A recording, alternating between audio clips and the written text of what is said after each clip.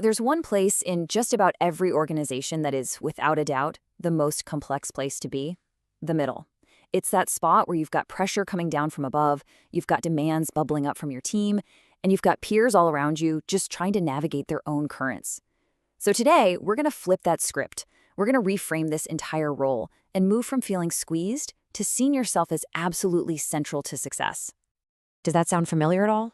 That feeling of being totally essential, but at the same time, completely surrounded, just caught between all these competing forces and never-ending expectations. If you've ever felt that squeeze, well, you are in exactly the right place.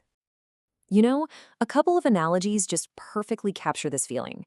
Maybe you feel like that crucial lineman on a football team. You're literally sandwiched on all sides, but you are absolutely vital for the play to even work. Or maybe you're more like that bright yellow fish, trying to swim with some kind of purpose while everything else is just darting around you in chaos. Either way, you are right in the thick of it. That feeling, it actually has a name: the middle squeeze. And look, the very first step here is to understand that the pressure is real.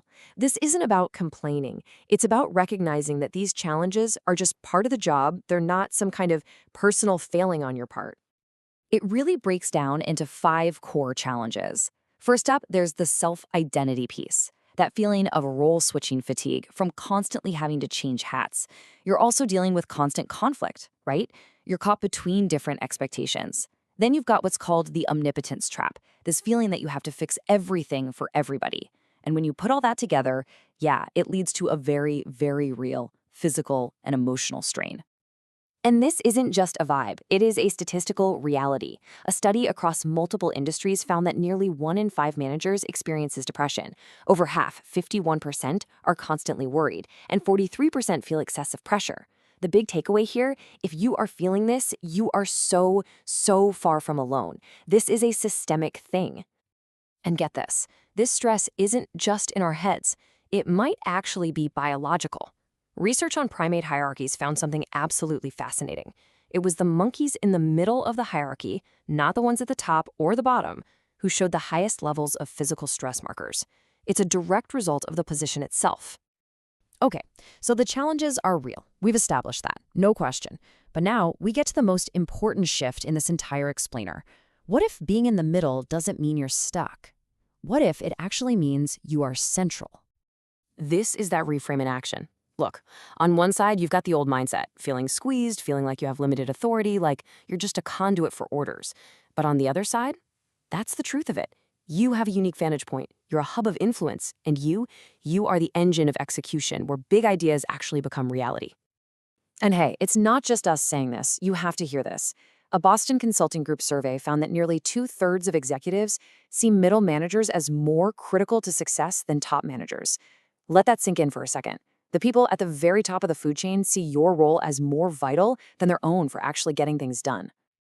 So, how do you step into that power? How do you really start operating from a place of being central, not stuck?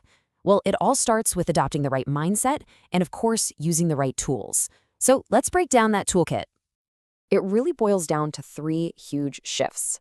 First, you have to fully 100% embrace that central identity.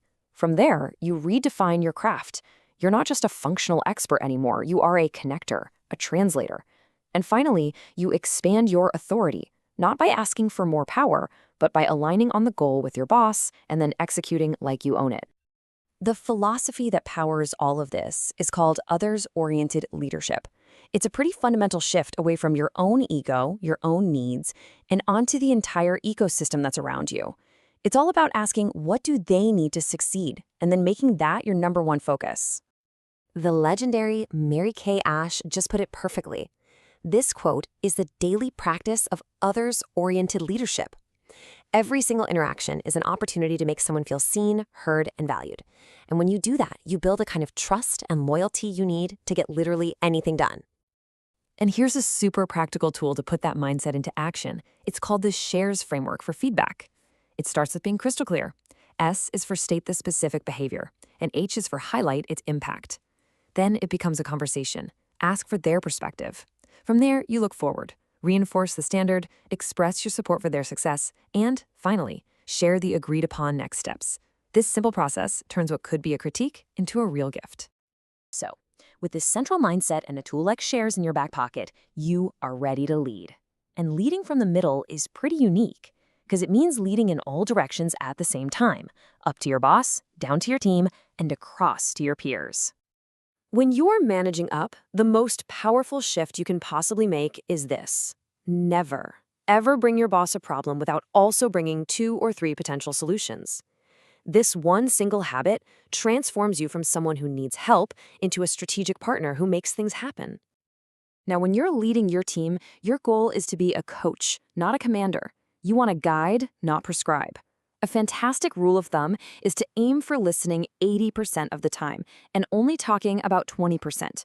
This approach empowers your team to build their own problem-solving skills, and it skyrockets their confidence.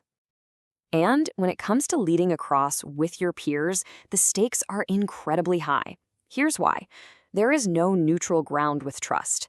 Every email, every meeting, every single interaction you have either builds up your collaborative relationships or it chips away at them. You have to be intentional about it. Okay, let's bring this all home.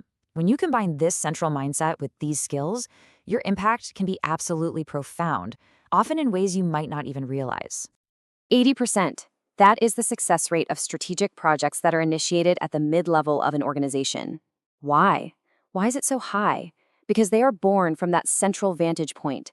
They are perfectly connected to both the high-level strategy and the on-the-ground reality. Your position isn't a liability. It is a massive strategic advantage. And finally, I want you to think about your role as a protector. In most organizations, there's this waterfall effect. Pressure and negativity, they just naturally flow downhill. But as a leader in the middle, you have the unique power to defy gravity. You can be the buffer, the filter that protects your team's culture and focus, stopping that negativity right in its tracks. So, the ultimate takeaway is this. Your position is not a trap. It is a launchpad. Sure, it has unique challenges, but it also holds unique power. The key is to stop seeing yourself as squeezed and start leading as if you are central, because you are. So I'll just leave you with this one question. How will you choose to leverage that inherent power starting today?